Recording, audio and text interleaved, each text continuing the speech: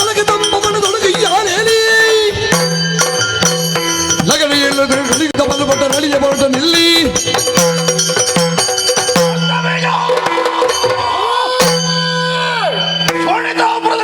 ವಿದ್ಯಮಾನವನ್ನು ತಿಳಿಯಲಾಗಿ ಹೋದೆಯೇನು? ತಿಳಿಲ್ಲ ಅಂತಲ್ಲ, ಈಗ ಬರಬೇಕಾದ ಪ್ರಸಂಗ ಬಂದದ್ದರಿಂದ ಬಂದಿದ್ದೇನಷ್ಟೇ. ಓಹೋ, ಏನು ನಡೆಯಿತು ಜಿಯ? ಕದಂಬಾವನಕ್ಕೆ ಮೃಗಬೇಟೆಯಾಗಿ ತೆರಳಿದವರು ಚಂಡಮುಂಡರು ಯಾವಾಗಲೂ ಹೋಗ್ತಾರೆ. ಹೌದು, ಆದರೆ ಒಂದು ವಿಶೇಷ. ಹೇಗೆ? ರೂಪಶಿವರ್ಮಳನ್ನು ಕಂಡರಂತೆ. ಯಾವಾಗ? ಕದಂಬಾವನದಲ್ಲಿ. ನನಗಾದೀತು ಎನ್ನುವ ಹಾಗೆ ಬಂದು ತಿಳಿಸಿದಾಗ ಬೇಕು ಎನ್ನುವ ಹಾಗೆ ಮನಸ್ಸಾಯಿತು. ಅವರು ಹೇಳಿದಾಗಲೇ ನಿಮಗೆ ಬೇಕು ಅಂತಾಯ್ತಾ? ಅಷ್ಟೇ ಅಲ್ಲ, ಮತ್ತೆ ಮನಸ್ಸಿನ ಶರಹತಿಗೆ ಸಿಲುಕಿ ಹೋದೆ. ನಾನು ತರಬೇಕು ಎನ್ನುವ ಹಾಗೆ ತೀರ್ಮಾನಿಸಿದೆ. ಯಾರನ್ನು ಕಳಿಸಿದ್ರಿ? ಜ್ಞಾನವೃದ್ಧನು ವಯೋವೃದ್ಧನು ಆದಂತಹ ಸುಗ್ರೀವನನ್ನು ಸಂಧಾನಕ್ಕಾಗಿ ಕಳುಹಿಸಿಕೊಟ್ಟೆ. ಸಂಧಿ ಮಾಡಿದನೆ? ಸಂಧಿ ಮಾಡಿದ, ಆದರೆ ಸಂಧಾನವು ಮುರಿದು ಬಿತ್ತು. ಹೇಗೆ ಹೇಗೆ? ಸಂಗ್ರಾಮವನ್ನೇ ಬಯಸಿದಳಂತೆ. ಹಾಗಾದ್ರೆ ಸಂಧಿ ಒಂದು ಲೆಕ್ಕದಲ್ಲಿ ಸರಿಯಾಯಿತು ಅಂತ ಲೆಕ್ಕ. ಏನಾದ್ರೂ ಒಂದು ಉತ್ತರ ಕೊಟ್ಟಿದ್ದಾಳಲ್ಲ? ಹೌದು. ಅದಕ್ಕೇನು ತೀರ್ಮಾನ ಮಾಡಿದಿರಿ? ಹೇಗಾದರೂ ತರಬೇಕು ಎನ್ನುವಂತಹ ಉದ್ದೇಶದಿಂದ ಧೂಮ್ರಾಕ್ಷನನ್ನು ಕಳುಹಿಕೊಟ್ಟೆ. ಒಬ್ಬರನ್ನೋ ಇಬ್ಬರನ್ನೋ? ಒಬ್ಬನನ್ನೇ. ಅವನ ಜೊತೆ ಹಲವರು ಹೋಗಿದ್ದಾರೆ. ಹೂಂಕಾರ ಮಾತ್ರದಿಂದ ಸುಟ್ಟು ಹಿದಳಂತೆ. ಆ ಬಳಿಕ ಗಂಡುಗಳಿಗಳ ರಥ ಚಂಡಮುಂಡರನ್ನು ಕಳುಹಿಕೊಟ್ಟೆ. ಕರೆತಂದರೆ? ಎಲ್ಲಿಂದ ಕರೆತರುವುದು? ಕಾಳಿ ರೂಪದಿಂದ ಚಂಡಮುಂಡರ ಶಿರವನ್ನೇ ಚಂಡಾಡಿದರಂತೆ. ಹಾಗಾದ್ರೆ ಇನ್ನು ಮುಂದಿನ ಆಟಕ್ಕೆ ಚಂಡಮುಂಡರಿಲ್ಲ. ಒಂದು ಜೊತೆ ಚಂಡಮುಂಡರಿಲ್ಲದಿದ್ರೆ ಏನಾಯ್ತು? ಎರಡೆರಡು ಜೊತೆಯನ್ನು ನಾನು ಸಿದ್ಧಪಡಿಸಿ ಏನು ನೋಡು. ರಕ್ತಬೀಜ ಜೊತೆ ಎಷ್ಟು ಬೇಕಾದ್ರೂ ತಯಾರು ಮಾಡಬಹುದು, ಚಂಡಮುಂಡರಾದೀತ ಅಂತ ಇರುವುದು. ಚಂಡಮುಂಡರನ್ನು ಬೇಕಾದ ಹಾಗೆ ನಾನು ಸಿದ್ಧಪಡಿಸ್ತೇನೆ. ಮಣಿರಥವನ್ನು ಏರಿ ಆಯುಧ ಪಾಣಿಯಾಗಿ ನಾನೇ ಹೊರಟು ನಿಂತಿದ್ದೇನೆ. ಮಾವ ಒಂದು ಮಾತು ಹೇಳಿ. ಧನುಜೇಶ ಕೇಳಲ್ಲ ಮಾತಾ, ಕೇಳಲ್ಲ ಮಾತಾ.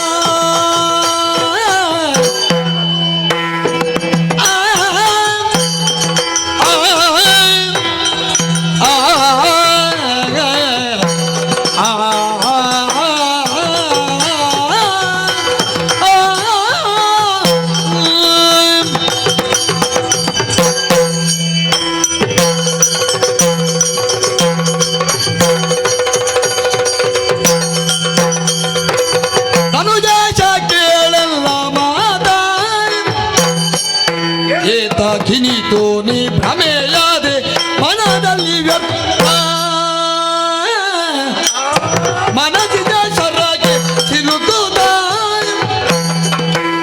ಪರವನಿತೆಯ ಬಯಕೆ ಆದಿಗೆ ದೈತ್ಯನಾಥ.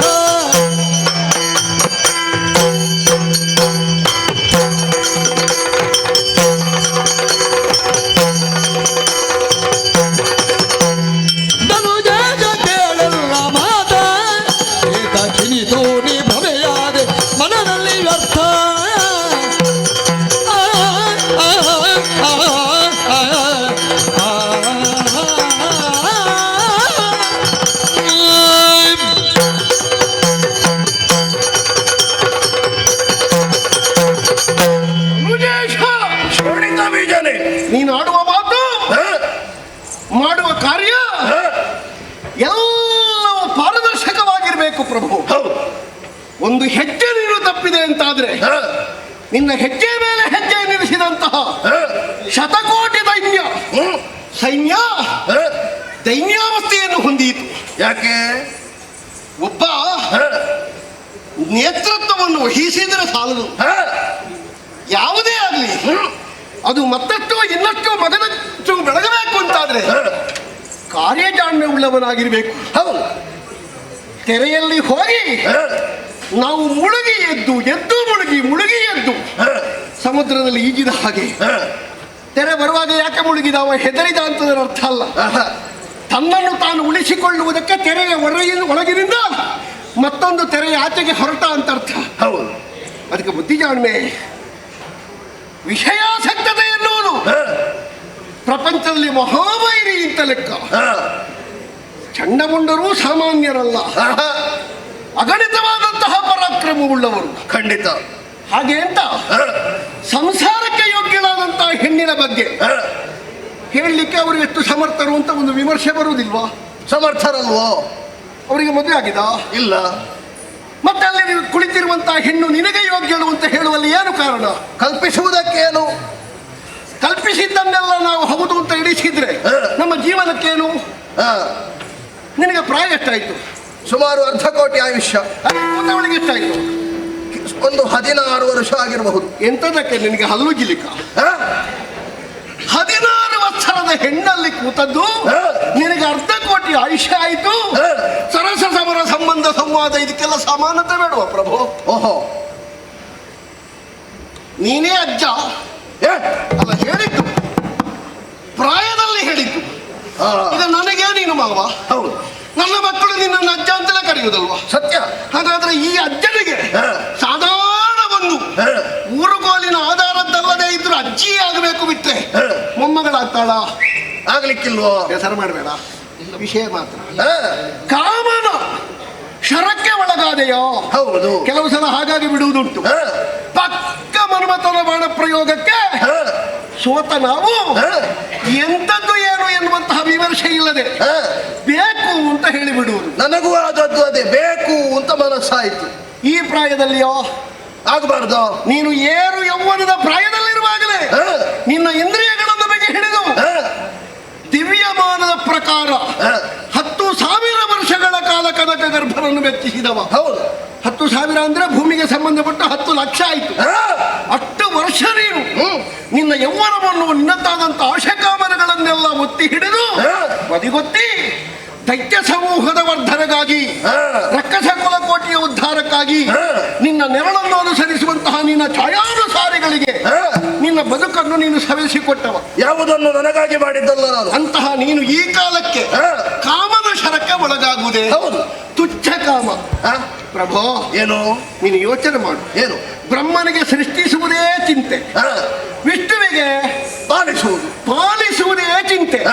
ಪಾಲನೆ ಎನ್ನುವುದನ್ನು ಕಾಮ ಅಂತ ಹೇಳಿದ್ರು. ಓಹೋ. ಆ ಕಾಮನನ್ನು ಹೇಗೆ ಮುಗಿಸುವುದು ಅಂತ ಈಶ್ವರನಿಗೆ ಚಿಂತೆ. ಇದು ಲಯ, ಸೃಷ್ಟಿ, ಸ್ಥಿತಿ ಎನ್ನುವ 3ರ ಒಟ್ಟು ಅರ್ಥ. ಹಾಗಾದ್ರೆ ಅದನ್ನೂ ಮೀರಿ ನಿಂತಿರುವಂತಹ ನಿನಗೆ ಕಾಮ ಲೆಕ್ಕವಾ? ಖಂಡಿತವಾಗಿಯೂ ಅಲ್ಲ. ಮುಂದೆ ಹೋದ ನೀನು ಹಿಂದೆ ಬಂದು ಜಾರಿ ಬೀಳುವುದೇ? ಜಾರಿ ಬಿದ್ದುನೋ? ರಾತ್ರಿ ಕಂಡದ್ದಕ್ಕೆ ಹಗಲು ಹೋಗಿ ಒಬ್ಬ ಬೀಳ್ತಾನೆ ಅಂತಾದ್ರೆ ಅದರ ಅರ್ಥ ಏನು? ಏನು? ನನ್ನ ಹೆಣ ಎಲ್ಲರೂ ಎತ್ತಲಿಕ್ಕೆ ತಯಾರಾಗಲಿ ಅಂತಲೋ? ಬೇಸರ ಮಾಡಬೇಡ, ವಿಷಯ ಹೇಳಿದ್ದಷ್ಟೇ ನಾನು. ಪ್ರತಿಯೊಂದಕ್ಕೂ ಬೇಸರ ಮಾಡಬೇಡ ಅಂತ ಹೇಳಿದ್ರೆ ಯಥಾರ್ಥ. ಆದ್ದರಿಂದ ನೀನು ಇನ್ನಾದರೂ ಚಿಂತಿಸಬೇಕು. ಏನು? ಅಲ್ಪನೇ ದುಮ್ರಲೋಚನ, ಸಾಮಾನ್ಯರೇ ಚಂಡಮುಂಡರು. ಖಂಡಿತವಾಗಿಯೂ ಅಲ್ಲ.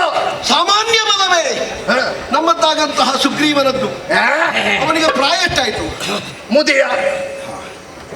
ನಿನಗಿಂತ ಸಣ್ಣವ. ಅನ್ನಧ್ವಂಸಿ ಅಂತ. ಹೌದು, ಅನ್ನಧ್ವಂಸಿ. ನೀನು ಕಳಿಸಿಕೊಡುವಾಗ ಅದಲ್ವಾ? ನಿನಗೆ ಬೇಕಾದ ಹಾಗೆ ಮಾತಾಡ್ತಿದ್ರೆ ನಿನಗೆ ಸರಿ ಇರ್ತಿತ್ತ?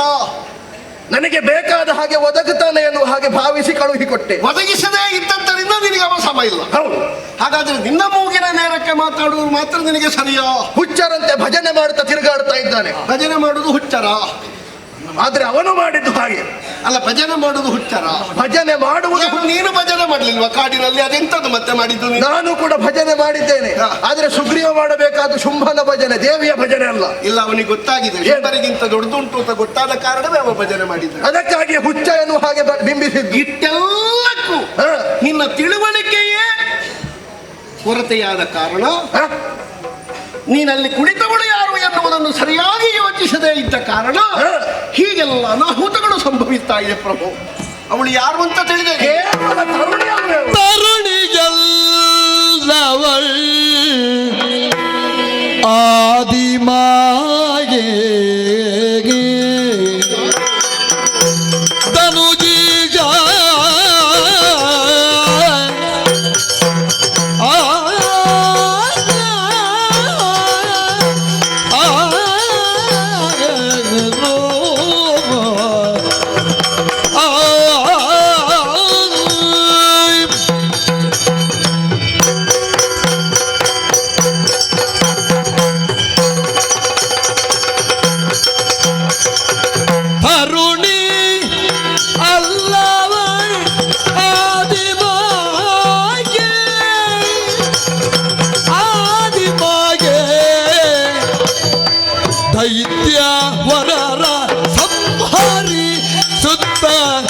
ತ್ರಿದಶರ ಪೊರೆಯೇ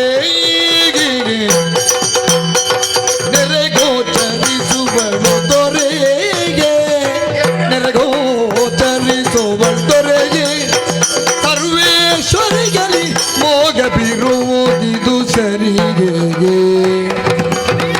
ನೆರೆಗೋಚರಿಸುವಳು ದೊರೆಗೆ ಸರ್ವೇಶ್ವರಿಯಲ್ಲಿ ಮೋಗ ಬಿರುವುದಿದು ಸರಿಗೆ ಕರುಣಿಯಲ್ಲ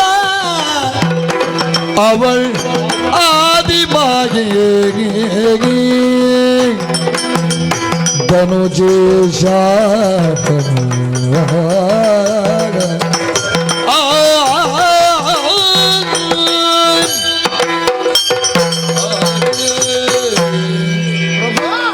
ಬೀಜ ನಮ್ಮನ್ನು ಸೋಲಿಸುವುದಕ್ಕೆ ಪಾತಾಳದವರಿಂದ ಸಾಧ್ಯವಾಗಲಿಲ್ಲ.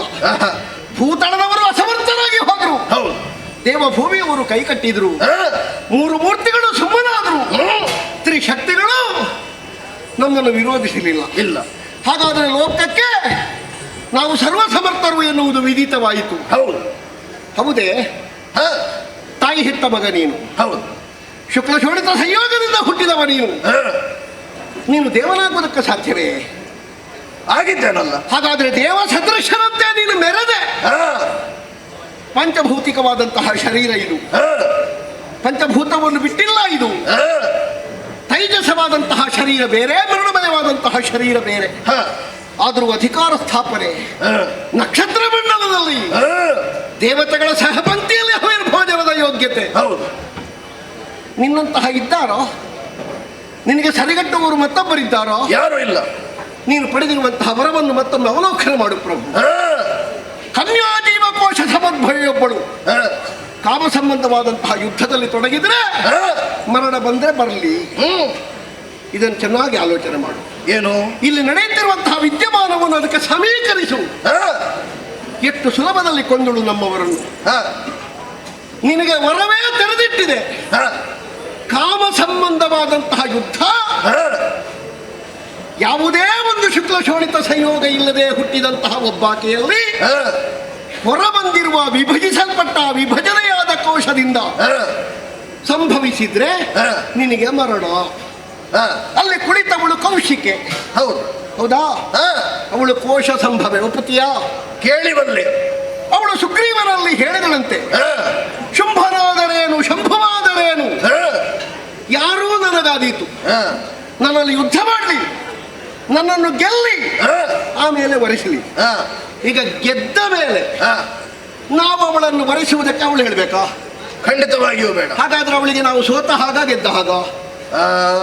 ಈಗ ಅವಳನ್ನು ಗೆದ್ದ ಮೇಲೆ ನನ್ನನ್ನು ಬೇಕಾದ್ರೆ ವರಿಸಲಿ, ಈ ಪಂಥವನ್ನು ನಾವು ಒಪ್ಪಿದ್ರೆ ಅವಳಿಗೆ ನಾವು ಸೋತ ಹಾಗ ಗೆದ್ದ ಹಾಗ? ಅವಳನ್ನು ಗೆದ್ರೆ ನಾವು ಗೆದ್ದ ಹಾಗೆ ಅಲ್ಲ. ನಾವು ಗೆದ್ರು ಸೋತದ್ದು, ಸೋತರು ಸೋತದ್ದು. ಅದು ಹೇಗೆ? ಅವಳಲ್ಲಿ ಪಂಥ ಹಾಗೆ ಮಾಡಿದಾಳು. ನನ್ನನ್ನು ಗೆಲ್ಲಲಿ, ಗೆದ್ದು ಮದುವೆಯಾಗಲಿ.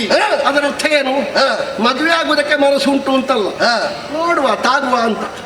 ನಿನಗೆ ಪಂಥಾಹ್ವಾನವನ್ನು ಒಡ್ಡಿದವಳು. ಅವಳಲ್ಲಿಯೇ ನಿನಗೆ ಕಾಮ ಸಂಬಂಧವಾದಂತಹ ಯುದ್ಧ ಹುಟ್ಟು ಹಾಕಬೇಕು ಎನ್ನುವುದಕ್ಕಾಗಿ ನೀನು ಪಡೆದಿರುವಂತಹ ವರವು ನಿನಗೆ ಅರ್ಥ ಆಗದ ಹಾಗೆ ನೀನು ಕುಣಿಕೆಯಲ್ಲಿ ಬಿದ್ದ ಹಾಗೆ ಆಗಿದೆ ಪ್ರಭು. ಓಹೋ, ಅರ್ಥ ಆಯ್ತಾ? ಈಗ ಕಾಮ ಸಂಬಂಧವಾದ ಯುದ್ಧ ತನ್ನಿಂದ ತಾನಾಗಿಯೇ ನಿಗದಿಯಾಗುವ ಹಾಗೆ, ಘಟಿಸುವ ಹಾಗೆ ಅವಳದ್ದಾದಂತಹ ಬುದ್ಧಿ ಚಮತ್ಕಾರದಿಂದ ಅವಳು ಸೃಷ್ಟಿಸಿದ್ದಾಳೆ.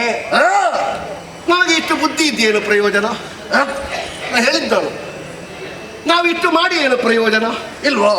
ನಮ್ಮನ್ನೇ ನಮಗೆ ಸಿಕ್ಕಿಸಿ ಹಾಕಿ ನಮ್ಮವರಿಂದಲೇ ನಮ್ಮನ್ನು ನಮಗಾಗಿ ಅವಳೇ ಕೊಲ್ಲಿಸ್ತಾ ಇದ್ದಾಳೆ. ಇಲ್ಲದೆ ಇದ್ರೆ ಉಂಟೋ?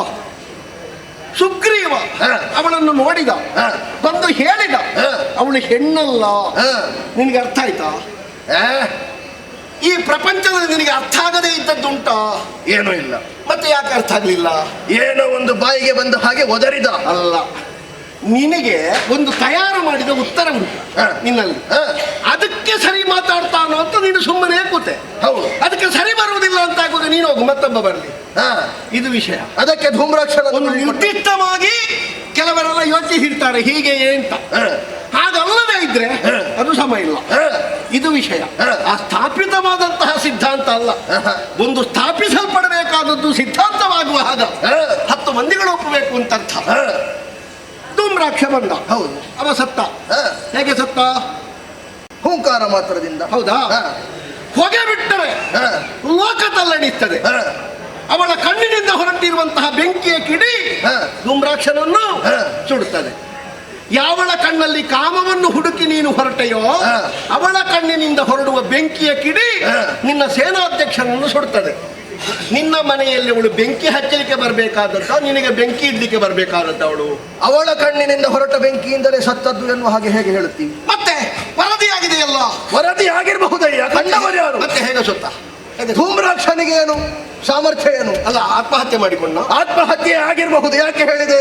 ಇರ್ಬೋದು ಇರ್ಬೋದು ಇರ್ಬೋದು ಇರ್ಬೋದು. ಯಾಕೆ ಹೇಳಿದೆ? ಇನ್ನು ಶುಂಭನನ್ನು ಹೋಗಿ ಹೇಗಪ್ಪ ನೋಡುದು, ಸಾಯುವುದೇ ಒಳ್ಳೇದು ಅಂತೇಳಿ ಆತ್ಮಹತ್ಯೆ ಮಾಡಿಕೊಂಡಿರ್ಬೋದು.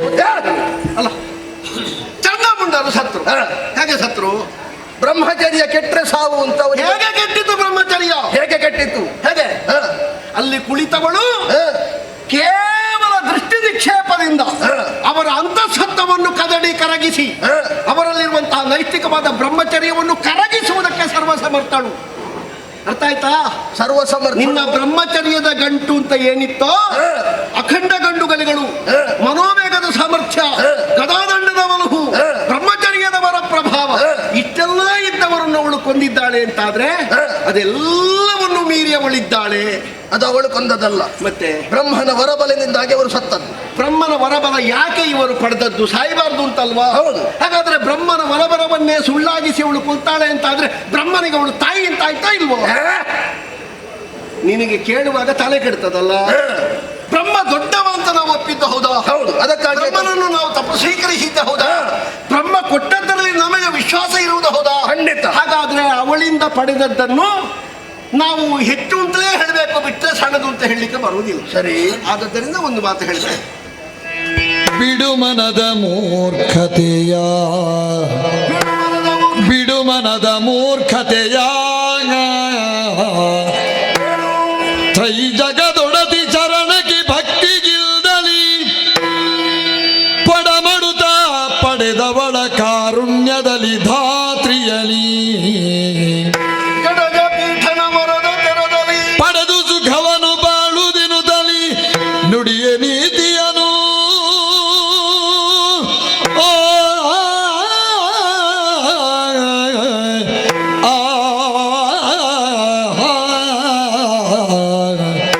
ಧನುಜೇಶ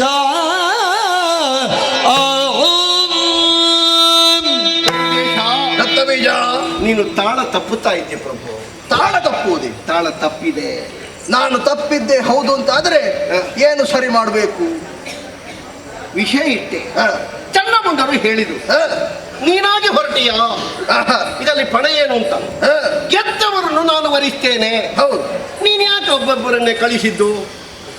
ಅವಳ ಸಾಮರ್ಥ್ಯಕ್ಕೆ ನಾನು ಬೇಕು ಅಂತಿಲ್ಲ, ಅವರಿಂದಲೂ ತರಬಹುದು ಎನ್ನುವ. ಅವರು ತಂದ್ರೆ ಅವರ ವಧುವಾಗುವುದಿಲ್ಲ ಅವಳು.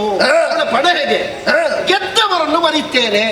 ಒಂದು ವೇಳೆ ನೀನು ಕಳಿಸಿದವರು ಗೆದ್ರು ಅಂತ ಇಟ್ಕೋ, ನಿನಗೆ ಹೆಣ್ಣುಂಟಾ? ಹಾಗಾದ್ರೆ ಅವಳನ್ನು ಗೆಲ್ಲುವುದೊಂದೇ ಉದ್ದೇಶ ಆದ್ರೆ ಮದುವೆ ಎನ್ನುವಂತಹ ವಾಕ್ಯ ಯಾಕೆ? ಮದುವೆ ಇಲ್ಲದೆ ಗೆಲ್ಲುವ. ಈಗ ಕಾಮ ಸಂಬಂಧವಾದ ಯುದ್ಧ ಅಂತಲ್ವ ವರ. ಹೌದು. ಅದನ್ನು ಬಿಡುವ, ನಮಗೆ ಮದುವೆ ನೀನು ಬೇಡ ಅಂತ ಹೇಳುವ. ಹೇಳಿ. ನೀನು ಹಾಗೆ ಹೇಳಲಿಲ್ಲ, ತಾಳ ತಪ್ಪಿದ್ದಂದ್ರೆ ಅದು. ಓಹೋ. ಈಗ ಕಳಿಸುವುದಕ್ಕೆ ಯೋಚನೆ ಮಾಡಿದೆ. ಒಬ್ಬರಲ್ಲ ಇಬ್ಬರಲ್ಲ ಅನೇಕ ಮಂದಿಗಳನ್ನು ಕಳುಹಿಸಲ್ಪಟ್ಟೆ. ನನ್ನನ್ನು ಕರೆದಿಯಾ? ಅನಿವಾರ್ಯತೆ ಬರಲಿಲ್ಲ. ಮತ್ತೆ ಕಳಿಸಲಿಕ್ಕೆ ಎಲ್ಲ ಕಳಿಸುವುದು ಅಂತಾದ್ರೆ ನಾನೊಬ್ಬ ಉಳಿದೇನು ಪ್ರಯೋಜನ? ಅದಕ್ಕಾಗಿಯೇ ನಾನೇ ಹೊರಟು ನಿಂತ. ನೀನೇ ಹೊರಡದಿದ್ರೆ ಮೊದಲೇ ಹೋಗ್ಬೇಕಿತ್ತಲ್ಲ. ಅದೇ ಹೇಳಿದ್ದು, ತಾಳ ತಪ್ಪಿತು. ಪೂರ್ತಿ ಮುಗಿಯದೆ ನೀನು ಹೊರಡಬಾರ್ದಿತ್ತು. ನೀನು ಹೊರಡುವುದು ಅಂತ ಇದ್ರೆ ಯಾವುದೋ ಮುಗಿಯುವುದಕ್ಕಿಂತ ಮೊದಲು ನೀನು ಹೋಗ್ಬೇಕಿತ್ತು. ಓಹೋ. ಹಾಗಾಗಿ ಹೇಳಿದ್ದು ತಾಳ ತಪ್ಪಿತು. ಸರಿ. ಮನಸ್ಸಿನಲ್ಲಿ ಒಂದು ಭ್ರಮಿತಾಕಾರವಾಗಿರುವಂತಹ ಭಯ, ಯಾವುದೋ ಒಂದು ಕಳವಳ, ಯಾವುದೋ ಒಂದು ಇನ್ನಿಲ್ಲದೆ ಇರುವಂತಹ ಅಧೈರ್ಯ ನಿನ್ನನ್ನು ಕಾಡುವ ಕಾರಣ ನೀನು ಹೀಗೆ ತಾಳ ತಪ್ಪುವುದು. ಓಹೋ. ಅದನ್ನು ಮೂರ್ಖತನ ಅಂತ ಹೇಳಲೆ, ಹೇಡಿತನ ಅಂತ ಹೇಳಲೆ, ಅಲ್ಲ ಧೈರ್ಯ ಕಡಿಮೆ ಆಯ್ತು ಅಂತ ಹೇಳಲೆ. ಈಗ ನೀನು ಬಂದದ್ದು ನನ್ನ ತಾಳ ಸರಿ ಮಾಡ್ಲಿಕ್ಕೆ. ತಾಳ ಸರಿ ಮಾಡ್ಲಿಕ್ಕಲ್ಲ, ಎಲ್ಲರದ್ದು ತಪ್ಪಿದೆ, ಹಾ. ನಿನ್ನದು ಅಂತಲ್ಲ. ಹಾ. ಎಷ್ಟು ಬೇಗ ಹೋದ್ರೆ ಯಾರು ತಾಳ ತಪ್ಪಲಿಕ್ಕಿಲ್ಲ. ಸ್ವಾಮಿ, ಏನು ನಾನೊಂದು ಹೇಳಿಬಿಡಪ್ಪ. ಏನಯ್ಯ? ಬ್ರಹ್ಮದೇವರು ನಮಗೆ ಬೇಕಾದಷ್ಟು ಕೊಟ್ಟಿದ್ದಾರೆ. ಹೌದು. ಇನ್ನು ನಮಗೆ ಹೊಂದುವುದಕ್ಕೆ ಅಂತ ಏನೂ ಇಲ್ಲ. ಹಾ. ಹೆಚ್ಚಂದ್ರೆ ಹಾ. ಇನ್ನು ಲೋಕವೇ ಕಾಣುವುದಿಲ್ಲ ನಮಗೆ, ಅಲ್ಲಿವರೆಗೆ ನಮ್ಮ ಏರುವಿಕೆ ಆಗಿದೆ. ಹಾ. ಈಗ ನೇರ ನೋಡು, ನಿನಗೆ ಕಾಣ್ತದ? ಕಾಣುತ್ತದೆ. ಲೋಕ ಕಾಣ್ತದ? ಲೋಕ ಕಾಣಬೇಕು ಅಂತ ಇಲ್ಲವಯ್ಯ. ಅಲ್ಲ, ನಾನು ಏನ್ ಹೇಳಿದ್ದು, ಹಾ. ಇನ್ನು ಗೆಲ್ಲಿಕ್ಕೆ ಉಳಿದ ಲೋಕ ಕಾಣ್ತದ? ಅದು ಯಾವುದು ಇಲ್ಲ. ಕಣ್ಣಿಗೆ ಕಾಣುವುದಿಲ್ಲ ಅಂತಲ್ಲ, ಹಾ. ಲೋಕವೇ ಇಲ್ಲ, ಹಾ. ಲೋಕವೇ ಕಾಣುವುದಿಲ್ಲ. 14 ಲೋಕವನ್ನು ನಾವು ಆವರಿಸಿದ್ದೇವೆ. ಇನ್ನು ಅವಳನ್ನೊಂದು ಪಡೆದೇನಾಗ್ಬೇಕು? ಹಾ. ಅವಳಷ್ಟಕ್ಕೆ ಬದಿಯಲ್ಲಿರ್ಲಿ, ನಮ್ಮನ್ನು ಏನು ಮಾಡ್ಲಿಕ್ಕೆ ಅವಳಿಗೆ ಆಗುವುದಿಲ್ಲ. ಹಾ. ಅವಳನ್ನು ಕೆಣಕಿದ್ರೆ ಮಾತ್ರ ನಮ್ಮನ್ನು ಏನಾದ್ರೂ ಅವಳಿಗೆ ಮಾಡ್ಲಿಕ್ಕೆ ಬರುವುದು. ಓಹೋ. ಹಾಗಾದ್ರೆ ಬುದ್ಧಿಯಿಂದ ನಾವು ಗೆಲ್ಲಬೇಕು ಅಂತಾದ್ರೆ ಅವಳ ತಳ್ಳಿ ಬೇಡ, ಮತ್ತೆ ಶಕ್ತಿಯಿಂದ ಅಂತಾದ್ರೆ ಅವಳನ್ನು ಮೀರುವುದಕ್ಕೆ ನಮಗೆ ಸಾಧ್ಯ ಇಲ್ಲ. ಸರಿ. ಯಾಕಂದ್ರೆ ಅವಳು ಹೆಣ್ಣಲ್ಲ, ಹಾ. ತರುಣಿಯಲ್ಲವಳಾದಿ ಮಾಯೆ. ಹಾ. ಅವಳು ಚಿಕ್ಷಕ್ತಿ ಸ್ವರೂಪೆ, ಅಗೋಚರಳಾಗಿ ಬಂದಿದ್ದಾಳೆ. ಹಾ. ಈಗ ಗೋಚರವಾದದ್ದು ಯಾವುದೋ ಒಂದು ಮಾಯಾ ಸ್ವರೂಪದಿಂದ. ಹಾ.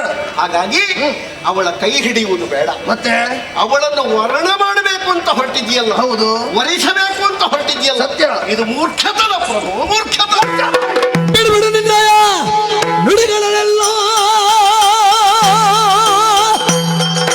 ಬಿಡು ಬಿಡು ಬಿಡು.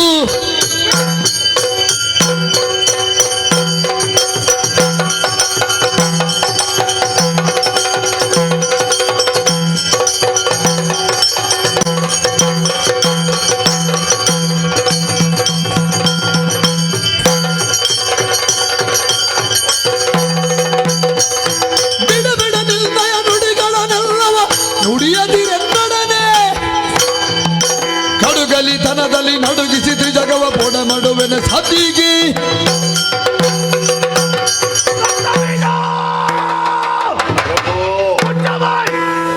ತುಟಿ ಬಿಚ್ಚಿದೆಯಾದ ಜಾಗ್ರತೆ. ನೀನಾಡುವಂತಹ ಮಾತುಗಳನ್ನೆಲ್ಲ ಕಿವಿಯಾಗಿಸಿ.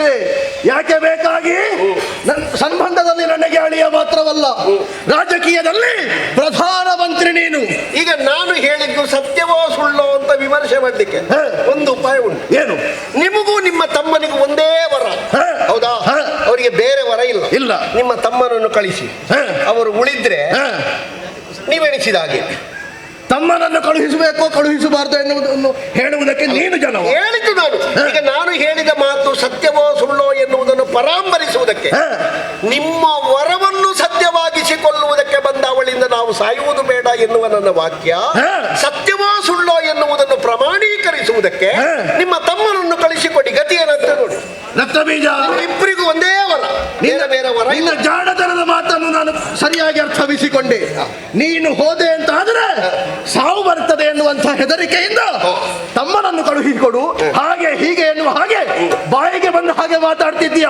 ಅನ್ನ ಧ್ವಂಸಿಯೇ, ಒಂದು ಕೆಲಸವನ್ನು ಮಾಡು, ಮೀಸೆಯನ್ನು ಪೋಡಿಸು, ಆ ಬಳಿಕ ಕೈ ಬಳೆಯನ್ನು ತೊಟ್ಟುಕೋ, ಒಳಗಿದ್ದು ಹಿಡಿದಿನ ನಿಶ್ಚಯ ನಿನ್ನಯ ಮನದಲ್ಲಿಯೋ ಅನುಮಾನವೇ.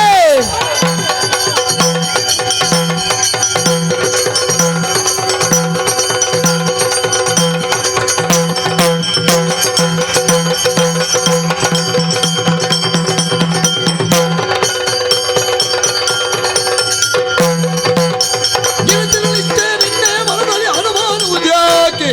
ನನಗಾದಿಯ ಕೊಡು ಕ್ಷಣದಲ್ಲಿ ಕೋಪೆನು ವನಿತೆಯೊಡನೆ ದುರಾಕಿ. ನನ್ನ ಶಕ್ತಿಯ ಮೇಲೆ ನಿನಗೆ ಅನುಮಾನವೇ? ರಣಹೇಡಿಗಳ ಹಿಂದೆ ಸಮಯ ಸಾಧಕನಾಗಿ ನಾನು ಮಾತಾಡಿದ್ದಲ್ಲ, ಮತ್ತೆ ಸಮಯವನ್ನು ಸಾಧಿಸಿಕೊಳ್ಬೇಕು ಎನ್ನುವ ನಿಟ್ಟಿನಲ್ಲಿ ಮಾತಾಡಿದರೆ ವಿನಃ ಜೀವಗಳನ್ನಾಗಿ ಶರಣಾಗತ ದರ್ಶಿಯಿಂದ ಭಾವ ಅಲ್ಲ. ಮತ್ತೇನು? ಇನಿತಿರ ನಿನ್ನ ಮನದ ಎಣಿಕೆ. ನನಗೊಂದು ಅಪ್ಪಣೆಯನ್ನು ಕೊಡು, ಸಾಧ್ಯವಾದ್ರೆ ಕರೆತರ್ತೇನೆ, ಹಾ. ಇಲ್ಲ ಅಂತಾದ್ರೆ ನೀನು ಎಲ್ಲಿ ಬರ್ತಿ ಅಂತ ಕಾಯ್ತಿರ್ತೇನೆ. ಹೌದಾ? ಕೊಡಪ್ಪ. ಹೋಗಿ ಕರೆತು.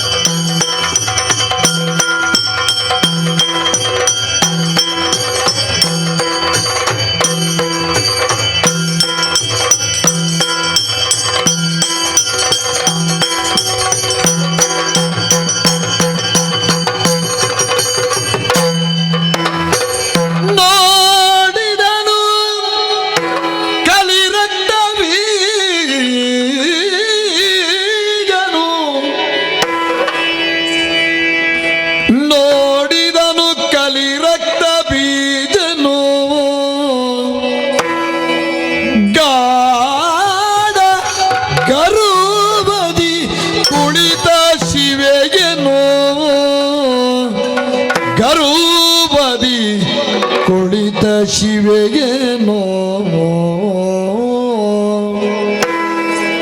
ಪಾಡಿದನು ತನ್ನೊಳಗೆ ಇವಳನು ತಿಳಿಯದಿನಿತಾಯ್ತೆ ಪಾಡಿದನು ತನ್ನೊಳಗೆ ಇವಳನು ತಿಳಿಯದಿನಿತಾಯ್ತೆ ಮಾಡಲಿ ನಿನ್ನ ಕಟ ಶುಂಭನ ಕೂಡೆ ಭಾಷೆಯ ಒರಿದು ಬಲ್ದಿಗೆ ಕೇಳು ಇವಳಿಲ್ ಬದ್ಧ ಕೇಡು ಇವಳಿಲ್ ಬದ್ಧವಾದರು ಮಾತನಾಡಿಸುವೆಗೆನುತ ನೋಡಿದನು ಪಾಡಿದನು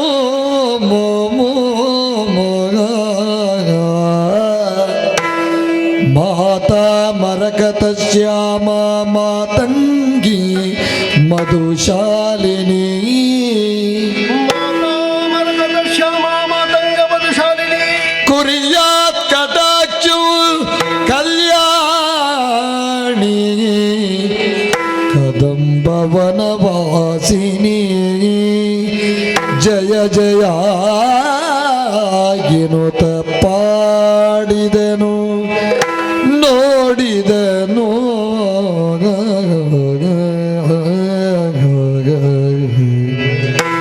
ಜಯ ಜಯ ಜಯ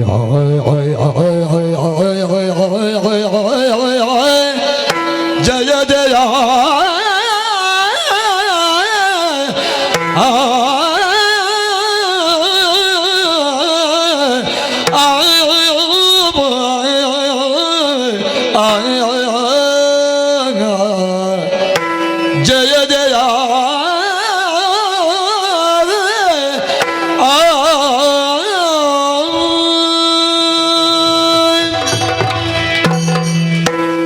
ಜಯ ಜಯ ಜಯ ಜಯ ಜಯ.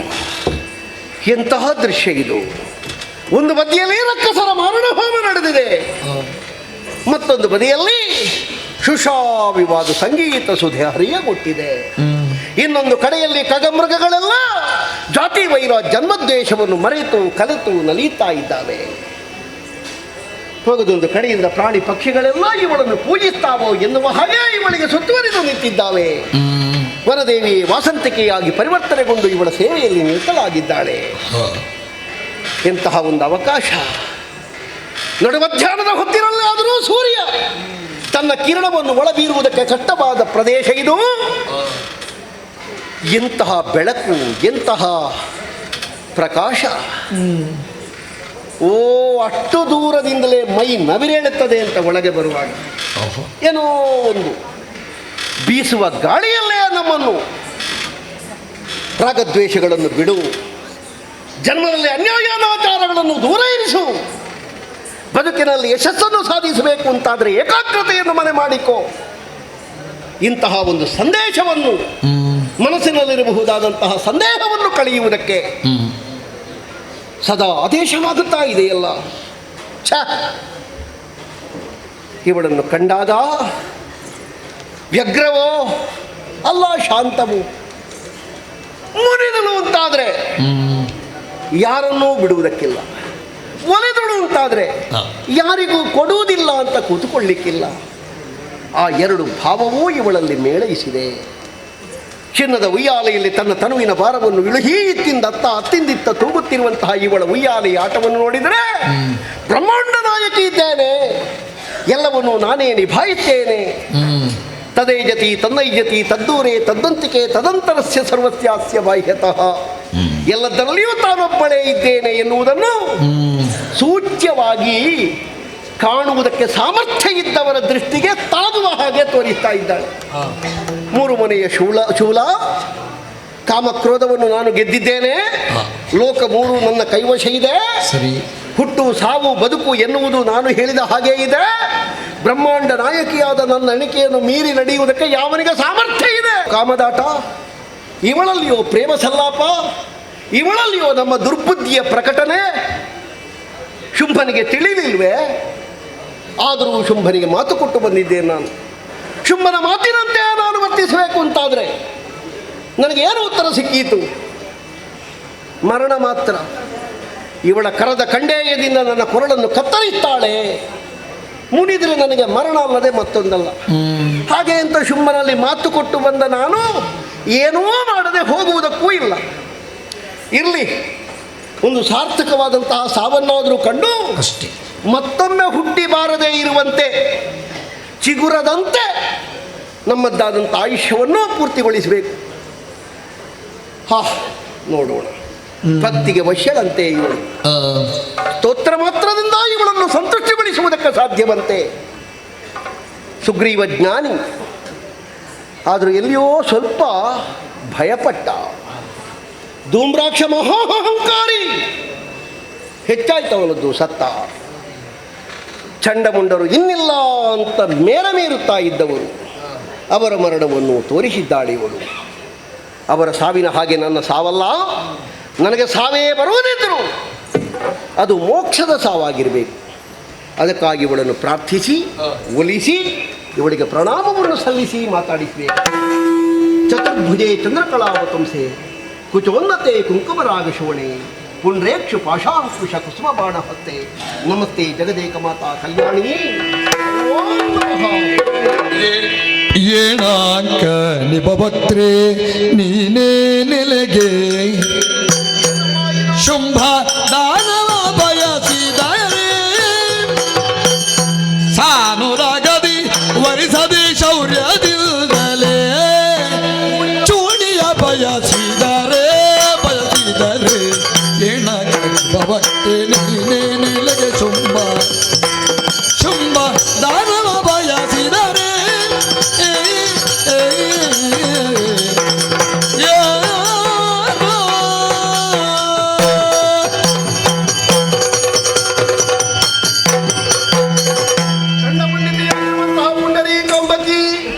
ನಿನ್ನ ಪದಪದ್ಮಗಳಲ್ಲಿ ದೀರ್ಘದಂಡ ಪ್ರಣಾಮವನ್ನು ಸಲ್ಲಿಸ್ತಾ ಇರುವ ರಕ್ತಬೀಜರಮ್ಮ. ಶೋಣಿತಾಪುರದ ಅಮಾತ್ಯ, ಶುಂಭದಾನವನ ಸೋದರಳಿಯ, ಸರಿ, ಮಂತ್ರಿಯ ಸ್ಥಾನ. ಬಹಳ ಮಂದಿಗಳೆಲ್ಲ ಇಲ್ಲಿಗೆ ಬಂದರು. ಕೆಲವರೆಲ್ಲ ನಿನ್ನಲ್ಲಿ ಮಾತಾಡಿದ್ದಾರೆ, ಕೆಲವರೆಲ್ಲ ಮಾತಾಡುವುದಕ್ಕಿಂತ ಮೊದಲೇ ಸತ್ತಿದ್ದಾರೆ. ತಾಯೇ, ಯಾಕಮ್ಮ ಹೀಗೆ ಕೂತಿದ್ದಿ? ಅಂದ್ರೆ ನೀನು ಎಲ್ಲಿಂದ ಬಂದಿದ್ದೀಯೋ ನನಗೆ ಗೊತ್ತಿಲ್ಲ. ಅಂತೂ ಈ ಮಾಂಸದ ಕಣ್ಣುಗಳಿಂದ ನೋಡಿದಾಗ ಒಂದು ಕಾಣ್ತದೆ. ಏನಾಂಕ ನಿಭವಕ್ತ್ರೇ, ಮೂಲದಾಕಾರದ ಕಲೆಯೊಂದು ನಿನ್ನ ಮುಖದಲ್ಲಿ ಕಾಣಿಸ್ತಾ ಇದೆ. ಅದು ಎಲ್ಲಿಂದ? ಬೀಸುವ ಗಾಳಿಗೆ ನಿನ್ನ ಮುಂಗುರುಳು ಹಾರಿ ಆ ಮುಂಗುರುಳಿನಿಂದ ನಿನ್ನ ಮುಖಕ್ಕೆ ಬೀಳುತ್ತಿರುವಂತಹ ನೆರಳು. ಹಾಗಾದ್ರೆ ಒಂದು ದೇಹ ಉಂಟು ಅಂತಾಯ್ತು. ಸರಿ, ದೇಹ ಉಂಟು ಅಂತಾದ್ರೆ ದೇಹಕ್ಕನುಗುಣವಾದಂತಹ ಧರ್ಮ ಬೇಕೋ ಬೇಡೋ? ನೀನು ಹೆಣ್ಣು ಜನ್ಮವನ್ನು ಸಾರ್ಥಕಪಡಿಸಿಕೊಳ್ಳುವುದಕ್ಕೇನು ಸನ್ಯಾಸ ಮಾಡಬಹುದು, ಬ್ರಹ್ಮಚರ್ಯವನ್ನು ಅವಲಂಬಿಸಬಹುದು. ಅಲ್ಲ, ನೀನು ಸುಖೇಚ್ಛು ಅಂತ ಇಲ್ಲಿ ಗೊತ್ತಾಗ್ತದೆ. ಅಂದ್ರೆ ಮಲ್ಲಿಗೆಯ ಪರಿಮಳ ಬರ್ತದೆ, ಹಾರ ಕೇಯೂರಗಳಿಂದ ಶೋಭಿತಳಾಗಿದ್ದೀಯಾ, ಗಂಧ ಚಂದನಾದಿಗಳಿಂದ ಪೂಸಿಕೊಂಡಿದ್ದೀಯಾ. ಹಾಗಾದ್ರೆ ನೀನು ಸುಖೇಚ್ಛು ಹೌದು ಅಂತ ಇದ್ರೆ ಒಂದು ಮದುವೆ ಆದ್ರೆ ಏನಮ್ಮ?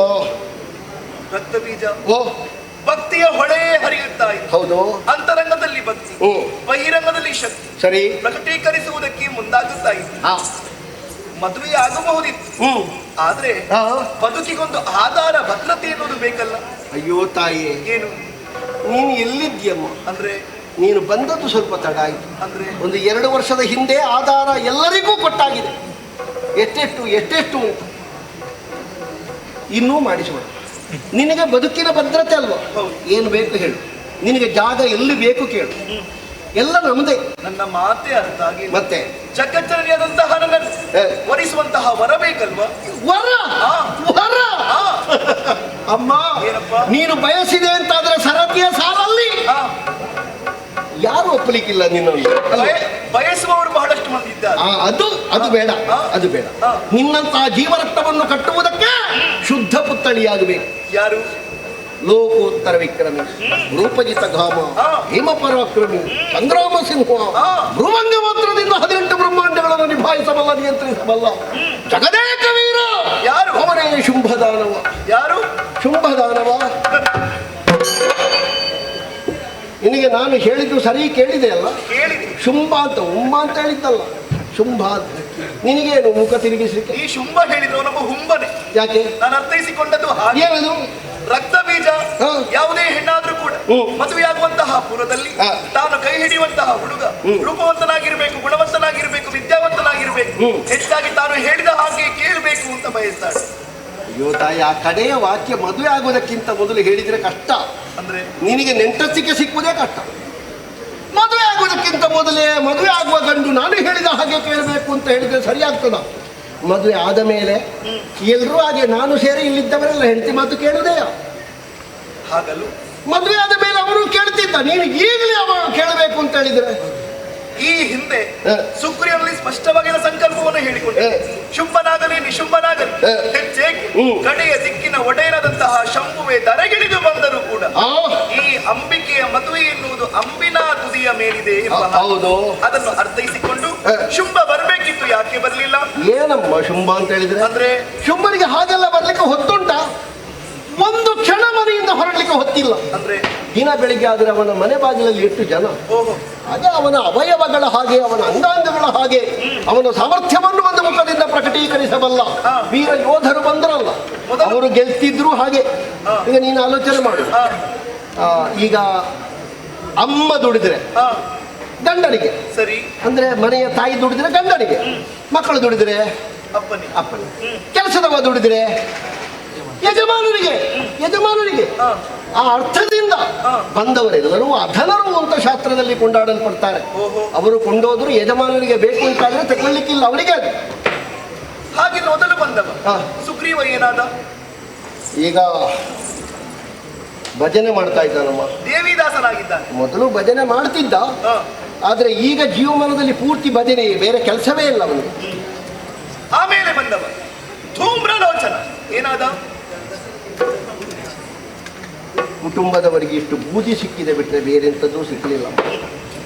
ಆಮೇಲೆ ಬಂದವರು ಕದನ ಕಲಿಗಳು ಚಂಡಮುಂಡರು ಏನಾದ್ರು? ಏನಾಗ್ಲಿಕ್ಕೆ ಉಂಟು ಇನ್ನು? ಹೀಗೆ ಮಾಡ್ಬೋದಾ ನೀನು? ಅಂದ್ರೆ ತಲೆ ಕಡ್ದ ಮೇಲೆ ಯಾಕಮ್ಮ ದ್ವೇಷ? ಶಿರವನ್ನು ಚಂಡಾಡಿದ್ದೇನೆ. ಯಾವ ಗದ್ದೆಗೆ ಹೋಗಿ ಬಿದ್ದಿದೋ, ತಿಂಗಳುಗಟ್ಟಲೆ ಜಾತ್ರೆ ಆಗ್ತದೋ ನನಗೆ ಗೊತ್ತಿಲ್ಲ.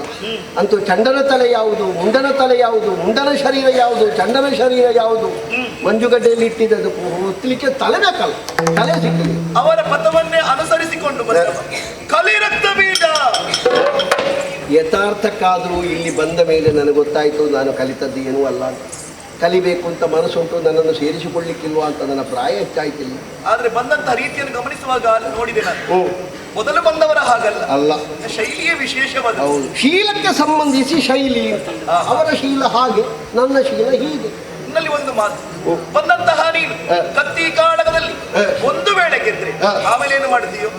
ಯಜಮಾನ ಪ್ರೀತ್ಯರ್ಥ ಇಷ್ಟೆಲ್ಲ ಮಾಡುವುದು. ಅಯ್ಯೋ ತಾಯೇ, ಏನಪ್ಪ? ನಾವು ಬದುಕಿನಲ್ಲಿ ಇಷ್ಟರವರೆಗೆ ನಮಗೆ ಅಂತ ದುಡ್ದದ್ದೇ ಇಲ್ಲ. ಅಂದ್ರೆ ನಾವು ಯಜಮಾನನಿಗಾಗಿಯೇ ದುಡ್ದದ್ದು. ಬದುಕಿಗೆ ಏನು ಮಾಡ್ತೀವಿ? ಸಂಬಳ? ಹೌದು. ಇಲ್ಲಪ್ಪ, ಸಂಬಳ ಇಲ್ಲಿಯವರೆಗೆ ಕೇಳಿ, ಇಲ್ಲಿವರೆಗೆ ಕೇಳಿ. ಮತ್ತೆ ಬದುಕಿದ್ದು ಹೇಗೋ? ಕೊಡ್ತಾರೆ ಅವರು, ಅವರು ಕೊಟ್ಟದ್ದು ಕಡಿಮೆ ಆದ್ರೆ ಸ್ವಲ್ಪ ಹೆಚ್ಚು ಕೇಳ್ತೇವೆ. ಸಂಬಳ ಲೆಕ್ಕ ಮಾಡ್ಲಿಕ್ಕೆ ಹೋಗ್ಲಿಲ್ಲ, ನಾವೇ ಕೊಡ್ಲಿಕ್ಕೆ ಉಂಟು ಅಂತ ನಮ್ಗೆ ಗೊತ್ತುಂಟು. ರಕ್ತ ಬೀಜ ಶುಂಭ ಬರ್ತಾನೆ ಎನ್ನುವ ಹಾಗೆ ನಿರೀಕ್ಷೆ ಇತ್ತು, ಪ್ರತೀಕ್ಷೆ ಇತ್ತು. ಶುಂಭ ಬರ್ಲಿಲ್ಲ. ಕಾರಣ ಏನು ಬಲ್ಲೆಯ? ಅವೊಬ್ಬ ರಣ ಹೇಳಿ ಅವನ ಮಾತು ನೀನು ಕೇಳಿ ಬಂದೆ. ನೀನಾದ್ರೂ ಯುದ್ಧ ಮಾಡು ಎನ್ನುವ ಹಾಗೆ ಆಲೋಚನೆಯನ್ನು ಮಾಡಿದ್ರೆ ಸ್ತುತಿ ಮಾಡುತ್ತಾ ಇದ್ದ, ಗುಣಗಾನ ಮಾಡುತ್ತಾ ಇದ್ದ, ಹೊಗಳುತ್ತಾ ಇದ್ದ. ಕಾರಣ ಏನು ಗೊತ್ತಾ? ನೀನೊಬ್ಬ ಷಂಡ ಹುಡುಗಿಯೇ ಕೊಪ್ಪಿನಲ್ಲಿಗೆ ಬಡ ಹುಡುಗಿಯೇ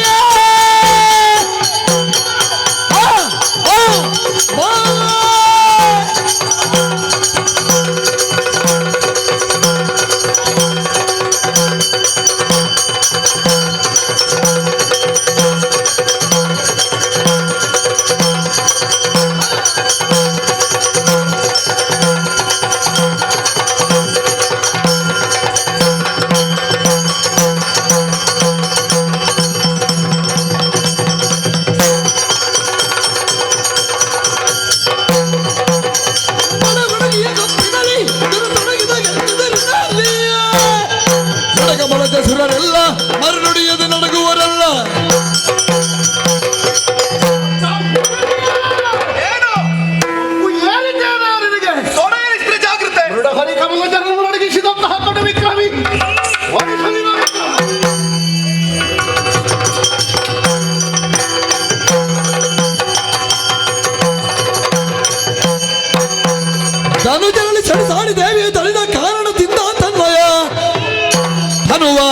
ಆಲೋಕಿಸಿ ಸಪ್ತ ಮಾತೃಕೆಯರು ಸರಾಗದಲ್ಲಿ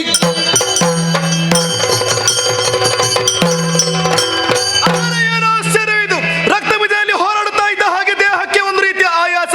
ಹಾಗಾಗಿ ನನ್ನ ತನುವನ್ನೇ ಆಲೋಕಿಸಿ ಬ್ರಾಹ್ಮಿ, ವಾರಾಹಿ, ವೈಷ್ಣವಿ, ಕೌಮಾರಿ, ಇಂದ್ರಾಣಿ, ಮಹೇಶ್ವರಿ ಎನ್ನುವಂತಹ ಸಪ್ತ ಮಾತೃಕೆಯನ್ನು ಸೃಜಿಸ್ತೇನೆ.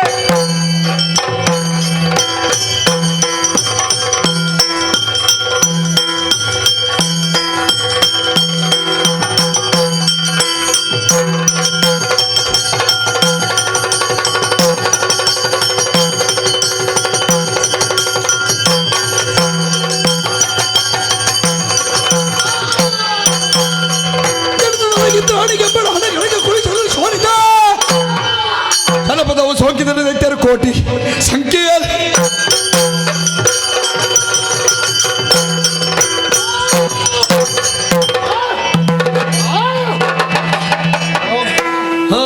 ಅವಳು ಸೊಂಟದಿಂದ ಎಂತದ್ದು ಉದುರಿದ್ದದು ಮಾತೃಕೆಗಳು ಅವಳು ಹೊಡೆದ ಪೆಟ್ಟಿಗೆ ಹಣೆ ಭಾಗವಾಗಿದೆ. ಇಂದ್ರಾಣಿ ಅರೆಗೆ ರಕ್ತವನ್ನು ಚೆಲ್ಲಿ ಬಿಟ್ಟೆ.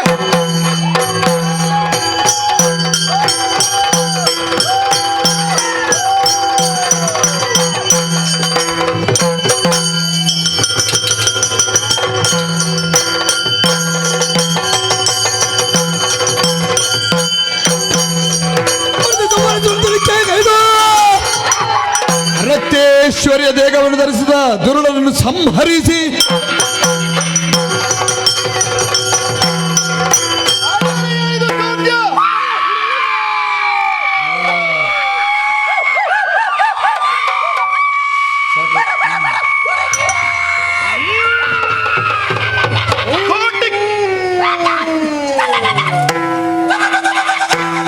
ಉತ್ಪಾತ ಪಿಂಡಗಳು, ಕೋಟಿ ಸಂಖ್ಯೆಯಲ್ಲಿ ರಕ್ತ ಬೀಜಾದಿಗಳು ಯಾರೂ ಬದುಕಿ ಉಳಿಯಬಾರದು.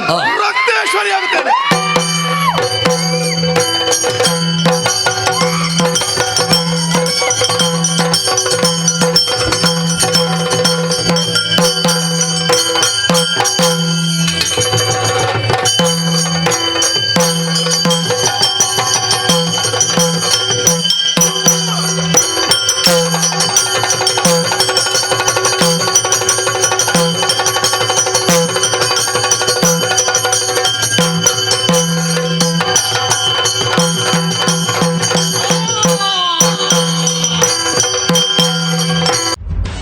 ನಿಖರ ಸುದ್ದಿ, ಸದಭಿರುಚಿಯ ಕಾರ್ಯಕ್ರಮ. ನೀವು ನೋಡ್ತಾ ಇದ್ದೀರಾ ಕಹಳೆ ನ್ಯೂಸ್, ಸಮಾಜದ ಜಾಗೃತಿಗಾಗಿ ವಸ್ತುನಿಷ್ಠ ವರದಿ.